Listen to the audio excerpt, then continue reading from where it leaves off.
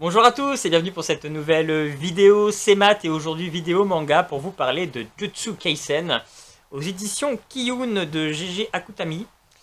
Et donc ce manga voilà, fait aussi pas mal parler en ce moment, donc j'avais envie d'un petit peu de le découvrir.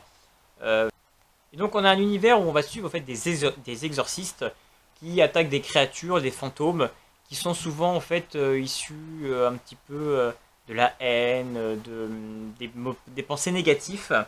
Et c'est ce qui les fait en fait apparaître et le rôle des exorcistes est donc de les éliminer.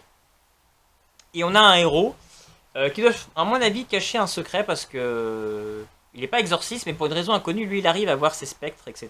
et ses fantômes. Et il va se retrouver malgré lui au fait pris dans un conflit dans son école. Et il va manger un doigt, mais il s'agit que ce doigt était en fait un très grand démon. Et il va se faire posséder par ce démon, du coup, il va avoir cette entité en lui, mais il va réussir à en prendre le contrôle. Donc du coup, il va rentrer dans une école d'exorcisme pour essayer de manier un petit peu ses nouveaux pouvoirs qu'il est en train d'acquérir. Il a déjà une très grande force, et c'est surtout que l'école veut le garder à l'œil parce que du coup, il a ce démon en lui qui est maléfique. Il ne faudrait surtout pas que ce démon arrive à reprendre possession et pouvoir revenir sur Terre. Et en fait, ce démon, il faut retrouver tous ses doigts qui ont été éparpillés dans le monde. Et c'est une fois qu'il aurait récupéré tous ses doigts qu'il pourrait revenir à la vie. Donc on va avoir sans doute une quête pour détruire ses doigts pour empêcher le héros de succomber en fait sous les traits de ce démon. Donc départ assez classique, voilà, héros qui va devenir, qui a un pouvoir un peu maléfique en lui, qui peut être contrôlé par lui. Donc on retrouve un peu des thématiques qu'on a pu voir dans Naruto avec le démon renard Kyuubi en lui. Voilà, lui pourquoi il a cette force très particulière, on ne sait pas, peut-être qu'on le saura après. Voilà, le speech de départ est assez basique. Voilà, c'est des exorcistes qui vont lutter contre des fantômes. On a un côté, je trouve, qui fait un petit peu penser à Blinch. Il va rejoindre une équipe, ils vont être menés à des missions pour lutter contre différentes entités qui apparaissent de différents niveaux. On sent qu'il y a des magouilles au niveau de la hiérarchie, il y a un petit peu toute la hiérarchie qu'il y a autour des exorcistes. Il y a forcément des conflits d'intérêts, à mon avis, entre les différents exorcistes gradés.